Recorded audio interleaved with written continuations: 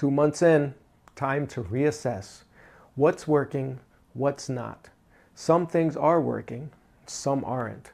Some practices have become natural. Others still feel forced. Time to take stock, not to judge, but to refine. What have you actually maintained?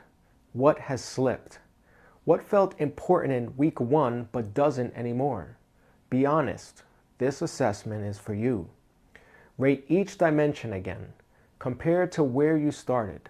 Not looking for perfection, looking for movement. Any area that improved 10% is a win. Any that got worse needs attention, not shame. What happens if you skip the check-in? You drift without awareness.